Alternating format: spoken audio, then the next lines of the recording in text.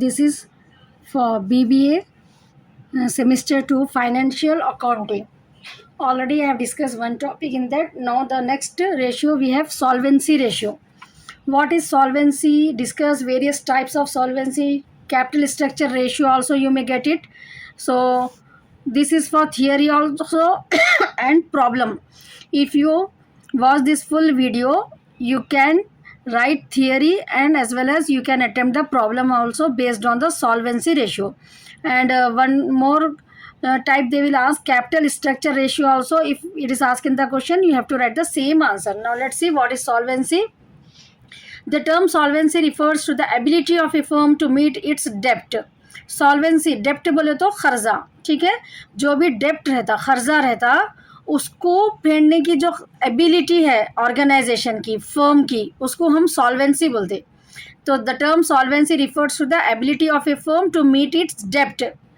A firm is said to be solvent when its assets are greater than the liability. ठीक है, इसमें अपने को एक फर्म सॉल्वेंट और इंसॉल्वेंट का पोजीशन अपने को बताना रहता है एक ऑर्गेनाइजेशन का. सपोज एक ऑर्गेनाइजेशन है ए, ठीक है, एक ए ऑर्गेनाइजेशन है और एक बी ऑर्गेनाइजेशन है. इसके अपने को लायबिलिटीज़ और एसेट्स देखने का रहता. क्या देखना रहता? हमारे को चेक क्या करना रहता? इसमें लायबिलिटीज़ एंड एसेट्स को देखना रहता, बी फर्म के लायबिलिटीज़ एंड एसेट्स. अगर सपोज एसेट्स मोर है, ए फर्म के एसेट्स मोर है एंड लायबिलिटी कम है, तो अपन ए फर्म को जो है ना सॉल्वेंट बोलते हैं. क्या बोलते हैं? सॉल्वेंट. बी फर्म में क्या होता है? लायबिलिटीज मोर रहते हैं, डेट जो देने का है लोगों को ज़्यादा है, एसेट्स जो है सो इन लोगों के कम है, तो ये इसका पोजीशन इंसॉल्वेंट पोजीशन है बोलते हैं हम. समझ में आ रहा ना clearly? Now if a firm is said to be solvent when its assets are greater than its liability, it is under insolvent position. A firm को हम insolvent position में कब बोल सकते हैं? when a firm has more liabilities than its assets. अभी जो मैं एग्जाम्पल दी ना, आपको समझ में आ गया ना? इजी से वही पॉइंट है ये, ठीक है. जिसके एसेट ज़्यादा रहते हैं लायबिलिटीज से, वो फर्म को हम सॉल्वेंट पोजीशन में है बोलते हैं.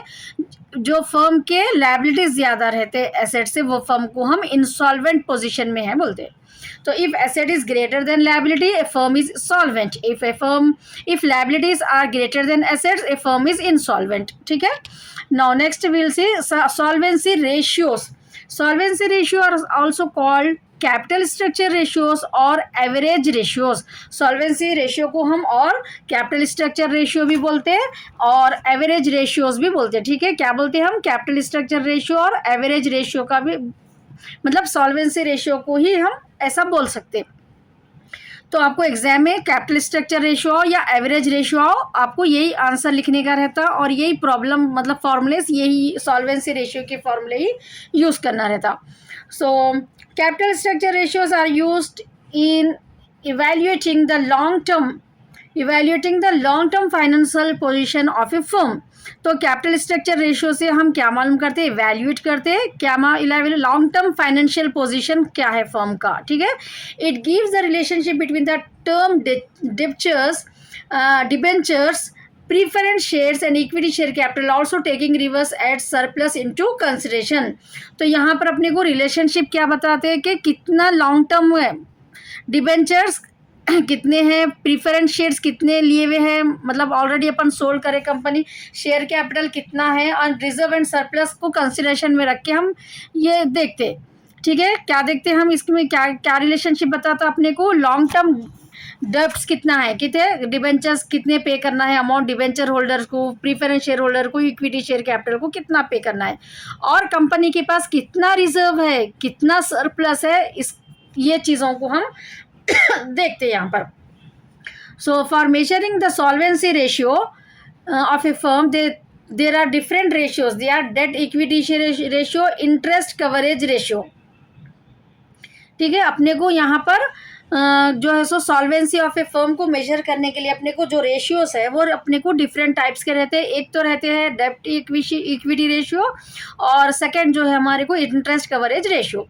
Types of solvency. Capital structure ratio capital gearing ratio, debt equity ratio, total investment to long term liabilities, ratio of fix asset to funded डेप्ट, ratio of current liabilities to proportion fund, ratio of reserve to capital, ये हमारे को मालूम करना रहता है। ये types of जो है सो आपको सॉल्वेंसी रेशियोज है।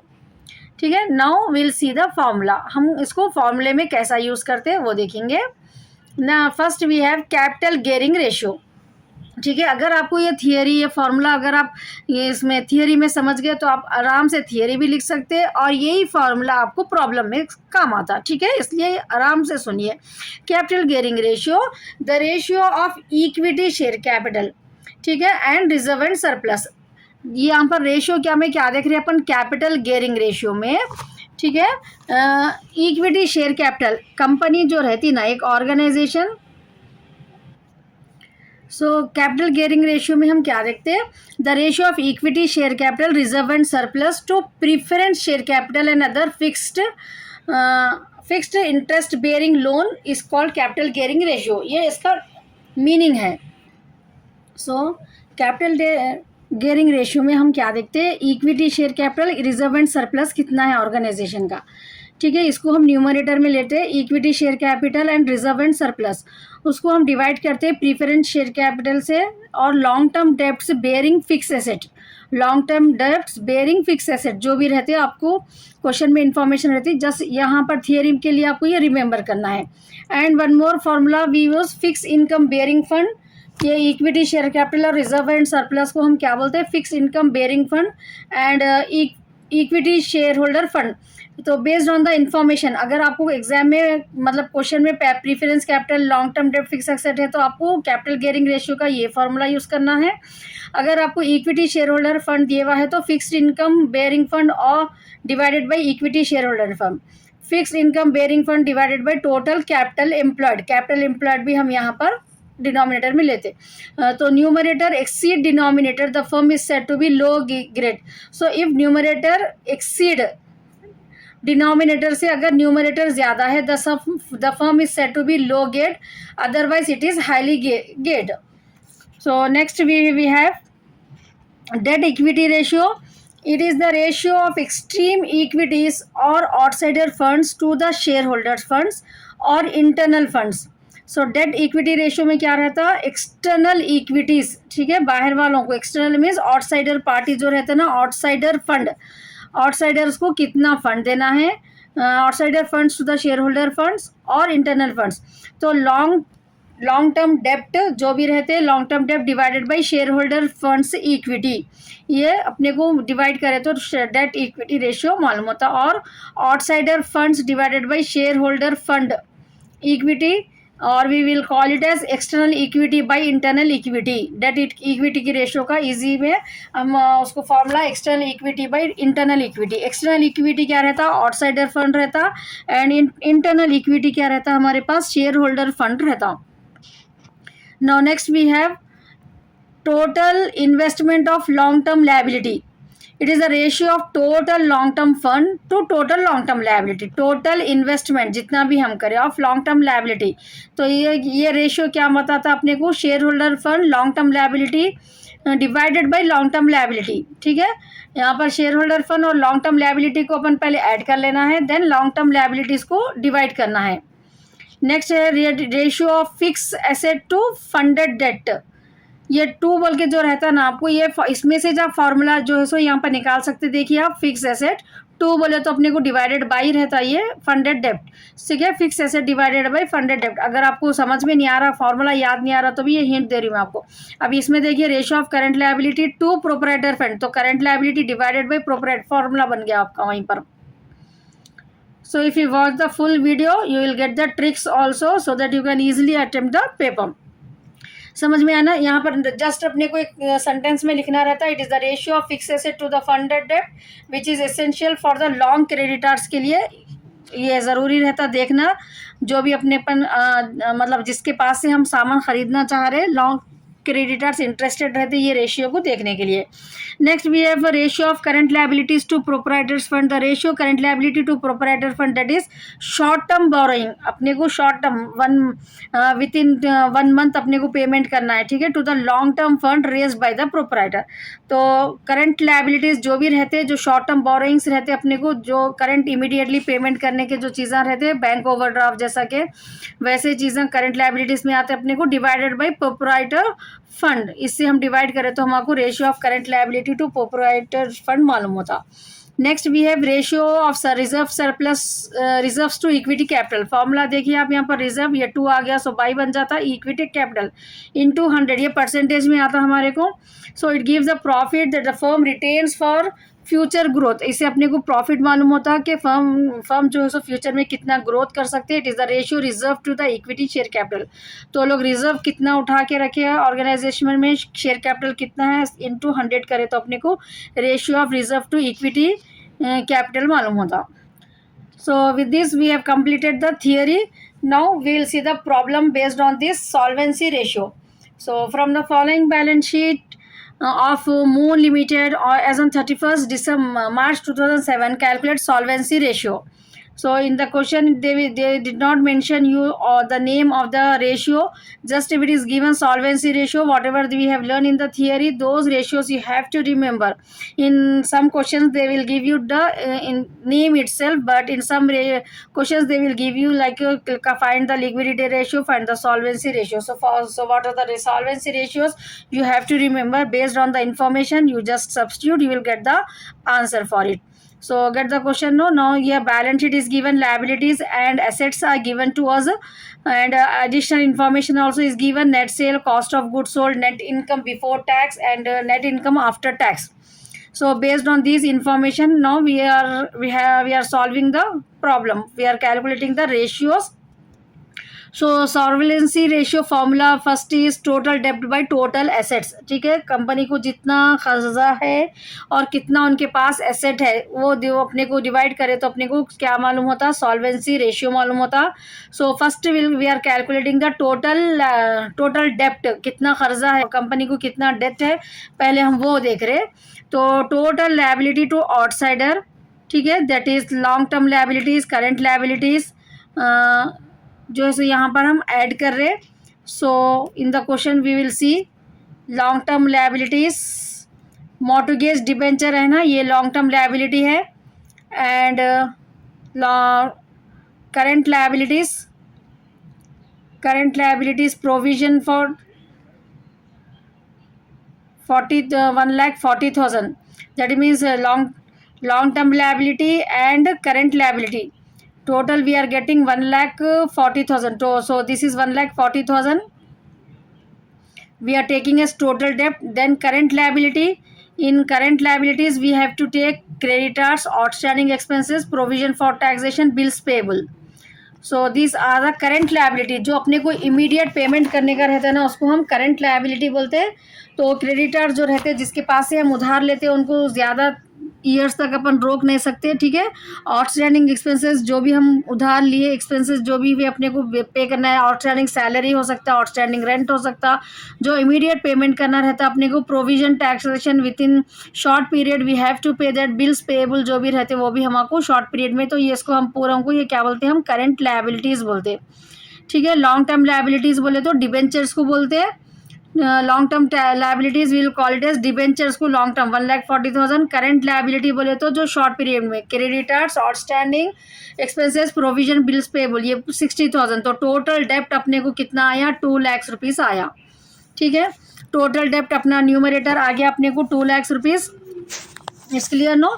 नाउ टोटल डेप्ट divided by solvency ratio formula, we have total debt by total assets. Total assets means this total assets we can take directly from here. Total assets 4 lakhs rupees, cash debtor no need to add all this, just direct total assets we can take it here.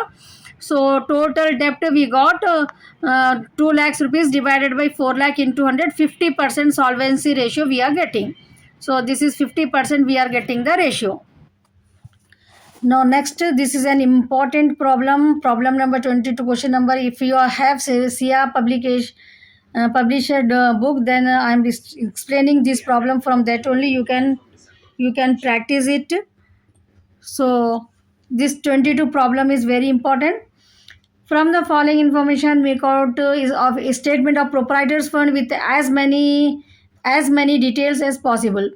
It's clear. Current ratio is given. अपने को अभी तक हम जो problem करें solvency ratio हम ऐसा मालूम करना देखे ना, लेकिन यहाँ पर जो है सो अपने को करंट रेशियो दे दिया हुआ है, लिक्विडिटी रेशियो दे दिए है, आंसर है अपने पास. ठीक है, अपने को जो करंट रेशियो जो रहता उसके बेस पे you will get the idea when I explaining. It is so easy if you understand the concept and watch the video with full concentration. Then no need to practice, just by listening one class you can get this type of problem. So current ratio is 2.5 is given to us, liquidity ratio 1.5, proprietary ratio 0.75, 75. This is fixed asset by proprietary fund. Next, working capital is given, reserve and surplus is given, bank overdraft is given. Note there are no long term loans or investment in fictitious assets. So this is the question given to us. Now statement of proprietors fund. First we are preparing with this information statement of proprietors fund. ठीक है, particulars amount investment of fund, investment कहाँ पर करे लोग पैसे अपने को वो देखना है पहले. So fix asset is given. No fix asset 1,80,000 and current asset stock. So actually this we will get the answer. ठीक है, अपने को स्टेटमेंट ऑफ प्रोप्राइटर्स फंड ये अपने को ये टेबल बनाने का है. इन the question what it has given, make out A statement of proprietary fund, ये बनाना है अपने को actually by taking this information. So statement of proprietary fund में आता क्या अपने को, इन्वेस्टमेंट आता, fix asset, current asset, stock, liquid asset, उसके बाद जो है so current liability, bank overdraft and proprietors fund. ये जो है सो टैली होने का रहता है अपने को. Proprietors fund, share capital, reserve and surplus, ये दो जो है सो अपने को यहाँ पर टैली होना रहता है. इसमें ये टाइप का रहता है स्टेटमेंट्स ऑफ प्रोप्राइटर फंड. एक आइडिया हो गया ना आप लोगों को. नाउ ये वैल्यूज अपने को नहीं है, ये वैल्यूज अपने को ये गिवन इन्फॉर्मेशन से अपने को वो स्टेटमेंट में फिक्स एसेट कितना है, एक्चुअल फिक्स एसेट अपने को नहीं है यहाँ पर मालूम, गिवन नहीं है, अपने को मालूम करना है. करंट लायबिलिटी कितना है नहीं मालूम हमारे को. So this all information with the help of this given information we have to find this liquid asset is how much. It's clear. एक आइडिया हो गया ना आप लोगों को. Now see the working notes. Calculation of current asset of to current liability 2.5 it is given. ठीक है, आराम से सुनो. करंट रेशियो अपने को 2.5 दिए. करंट एसेट बनता कैसा है, करंट रेशियो बनता कैसा है, एक्चुअली करंट एसेट को डिवाइडेड बाय करंट लायबिलिटी करे तो अपने को करंट रेशियो बनता. ठीक है, समझ में आया. तो यहाँ पर अपने को करंट रेशियो 2.5 दे दिया हुआ है current asset by current liability. तो क्रॉस मल्टीप्लाई करें तो हम करंट लायबिलिटी को अगर हम x ले लिए यहाँ पर, ठीक है, let the current liability be x, एक आइटम को अपन x ले लिए तो करंट एसेट कितना हो जाता, 2.5x हो जाता. ठीक है, यहाँ पर देखिए 2.5 हमारे पास है. हाँ, ये तो है अपने पास 2.5 क्वेश्चन में दे दिए. ठीक है, नेक्स्ट है हमारे को ये एसेट बाय लायबिलिटी ले रहे हैं हम, लायबिलिटी को अपन x समझ ले रहे तो ठीक है 2.5x, इसको क्रॉस मल्टीप्लाई हो जा रहा है तो 2.5x is equal to a means asset कितना हो जा रहा अपने को 2.5x हो जा रहा. वैल्यू नहीं, अपन एक इक्वेशन के जैसा हम मालूम कर लिए कि करंट एसेट 2.5x है. ठीक है, क्योंकि x क्या है, लायबिलिटी है. Now for calculating the values of current asset and current liability using the formula of working capital. Working capital का फॉर्मूला क्या रहता, current assets minus current liability रहता. ठीक है, ये थोड़े फॉर्मूले से आपको याद करना पड़ता. Working capital is equal to current asset by current liability से वर्किंग कैपिटल बनता एक कंपनी का. वर्किंग कैपिटल कैसा बनता, current assets minus current liability से बनता. ये आपको याद रहना. तो अब आप देखिए यहाँ पर करंट वर्किंग कैपिटल आपको क्वेश्चन में दिए, वो लोग थोड़े थोड़े चीज़ें आपको दिए हुए हैं, तो वो चीज़ों को हम कैसा यूटिलाइज कर रहे हैं देखिए. वर्किंग कैपिटल 60,000 दे दिए ना अपने को, तो वो 60,000 अपन यहाँ पर सब्स्टिट्यूट कर रहे हैं. 60 का वर्किंग कैपिटल क्या होता बोले अपन, current asset minus current liability. तो 60,000 अपने पास है। थोड़ा मैथमेटिकल एक्सप्रेशंस आते अपने को यहाँ पर, थोड़ा कॉन्सेंट्रेटेड करिए। वर्किंग कैपिटल 60,000 हो गया अपने को, ठीक है। अपने को यहाँ पर अब करंट एसेट क्या है 2.5x, अभी अपन इक्वेशन में यहाँ पर मालूम कर लिए ना, current asset is equal to 2.5x होता, बल्कि माइनस करंट लायबिलिटी x होता। तो यहाँ पर अपने को x का नहीं, यहाँ कुछ भी नहीं है तो 1 रहता। ये 1.5 कहाँ से आया मैम बोले तो आपको 2.5 माइनस ये 1.0 में, ये x से पहले कुछ भी नहीं रहा तो 1 रहता, तो ये 1.5 आपको आ गया, ठीक है। सो 2.5 माइनस 1x है ये एक्चुअली, तो 1.5x 60,000 डिवाइडेड बाई 1.5 आप करें तो आपको x की वैल्यू मालूम हो जाती है, that is called as liability. अपना लायबिलिटी मालूम हो गया अपने को 40,000 है बोल के, ठीक है। तो एसेट कितना होता 2.5 इंटू एक्स आपका जो है सो करे तो एसेट होता, तो 2.5 इंटू 40,000 करे तो 1 लाख करेंट एसेट्स मालूम हो गया अपने को। It's clear. पहले क्या करें हम, once again I will repeat it, पहले हम क्या करें, करंट एसेट करंट रेशियो का फॉर्मूला याद देखें अपन, current asset by current liability होता। करंट रेशियो है अपने पास 2.5, करंट लायबिलिटी को अपन x समझ लिए तो अपने को करंट एसेट 2.5x मालूम हो गया। वर्किंग कैपिटल ऑलरेडी अपने को क्वेश्चन में दिए, वो वर्किंग कैपिटल को हम यहाँ पर यूज़ कर रहे हैं, क्योंकि working capital is equal to current asset minus current liability होता। तो 60,000 is equal to 2.5x minus x, 2.5 में से 1 माइनस करें तो 1.5x, ये x is equal to 60,000 divided by, ये मल्टीप्लाई कर रहा ना, उसको अपन इधर ला लिए तो डिवाइड हो जाता है ये, ठीक है। x is equal to 60,000 divided by 1.5 40,000। तो करंट लायबिलिटी x समझे थे हम 40,000 आ गया अपने को, करंट एसेट अपन 2.5x समझे थे, तो 2.5 इंटू 40,000 1 लाख करंट एसेट मालूम हो गया, ठीक है। नेक्स्ट अपन क्या क्रेडिटर्स मालूम कर रहे हैं, कैलकुलेशन ऑफ क्रेडिटर्स। क्रेडिटर्स क्या रहता है एक्चुअली, करंट लायबिलिटी में से बैंक ओवरड्राफ्ट को माइनस करें तो आपको क्रेडिटर्स मालूम होते, ठीक है। क्रेडिटर्स किसको बोलते हैं, अपन जिसको देना है जो बाहर वालों को पैसे, तो करंट लायबिलिटी अपने को जितने भी है उसमें से जो है ना अपने को करंट लायबिलिटी तो अपने को टोटल मालूम हो गया 40,000 है बोल के। अब बैंक ओवरड्राफ्ट को निकाल देना तो अपने को क्रेडिटर्स कितने हैं मालूम होता। तो अपने को देखिए यहाँ पर क्वेश्चन में जो है सो आपको बैंक ओवरड्राफ्ट दे दिया है, ठीक है। यहाँ पर है ना बैंक ओवरड्राफ्ट, ये बैंक ओवरड्राफ्ट हम यहाँ पर यूज़ कर रहे हैं। ऐसा अपने को समझ के थोड़ा यूज़ करने का रहता, then it will be easy for you. Creditors के इसको बोलते हैं, ये थोड़ा प्रैक्टिस करना रहता है आपको, ठीक है। क्रेडिटर्स बोले तो करंट लायबिलिटी में, करंट लायबिलिटी अभी अपन ऊपर की बिट में मालूम कर, आप पहले क्रेडिटर्स नहीं मालूम कर सकते, ठीक है। करंट एसेट करंट लायबिलिटी से पहले स्टेप जैसा बता रही हूँ मैं आपको वैसा ही जाना रहता है, ठीक है। तो 40,000 माइनस 10,000 30,000 आपके क्रेडिटर्स आ गया।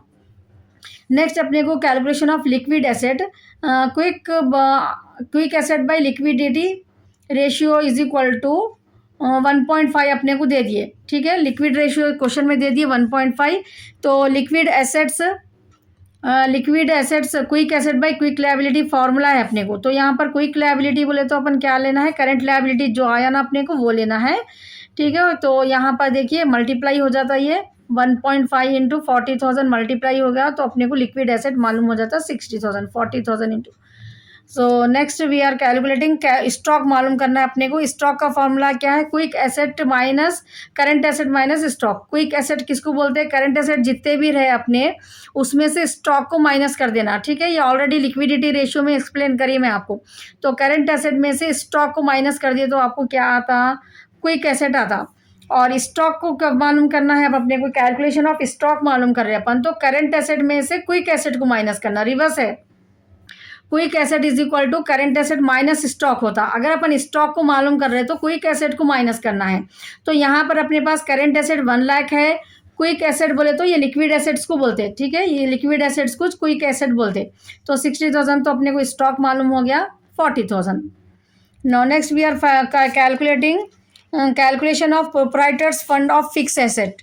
तो प्रोप्राइटरी रेशियो अपने को दे दिए 0.75 fix asset to proprietors fund. तो यहाँ पर 0.25 means that 100%, 75% means 0.5। So proprietor's fund has been invested in fix asset, 25% in working capital. So अपने को 0.5 proprietary fund is equal to working capital. Working capital हम मालूम करें ना 60,000, तो प्रोप्राइटरी फंड क्या रहता बोले तो 0.25 proprietary fund in is equal to is equal to 60,000 होता वर्किंग कैपिटल। तो प्रोप्राइटरी फंड 60,000 डिवाइडेड बाई 2 0.5 2,40,000 आ गया अपने को। तो 0.75 एक्चुअली बोले नो टू प्रोप्राइटरी फंड, ठीक है, is equal to fix asset होता। तो फिक्स एसेट के लिए अपने को क्या करना है, प्रोप्राइटरी फंड अपने को आ गया 2,40,000, उसको 0.75 से मल्टीप्लाई करें तो अपने को फिक्स एसेट मालूम होता 1,80,000। ऐसा स्टेप बाय स्टेप पहले अपने को पूरे अमाउंट्स जो है सो हम मालूम कर लेना है। Now last one, calculation of share capital. Proprietary fund share capital plus reserve and surplus, ठीक है। प्रोप्राइटरी फंड आ गया आपको 2,40,000, शेयर कैपिटल नहीं मालूम है, reserve and surplus 40,000। Reserve and surplus आपको क्वेश्चन में दिए हुआ है ना, रिजर्व एंड सरप्लस देखिए आपको यहाँ पर क्वेश्चन में दिए हुआ है, ठीक है, वो हम यहाँ पर यूज़ कर रही है फॉर्मूले में। So proprietor fund is equal to share capital, जो मिसिंग है अपने को वो मालूम हो जाता है 2,40,000 माइनस 40 प्लस 40,000 है, इधर आ गया तो माइनस 40,000, तो शेयर कैपिटल अपने को 2 लाख आ गया।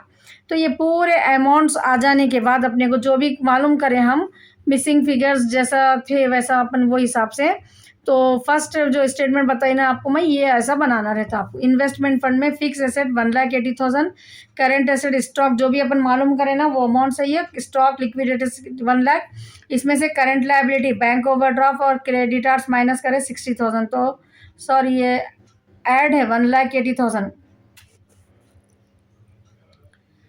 This is I will show you. So ये अपने को 1 लाख हो गया, इसमें से अपन बैंक ओवरड्राफ्ट ये माइनस करें तो 60, तो 1,80,000 प्लस 60,000 जो है सो हमारे को 2,40,000 हो गया। उसमें प्रोप्राइटर फंड जो है सो यहाँ पर शेयर कैपिटल 2 लाख आया, रिजर्व एंड सरप्लस 40, तो ये दोनों टैली हो जाना, ऐसा आपको बनाना रहता सॉल्वेंसी रेशियो का प्रॉब्लम को। It's clear no? So the video is going on so lengthy. In the next topic, I am going to discuss with you next problem. Okay. Uh, don't forget current ratio, quick ratio. That is also important topic. I'll discuss you in the next video. So watch the next video, and if you didn't subscribe to my channel, subscribe it. If you want any topic me to explain, just comment me. I'll try to explain you. So all the best.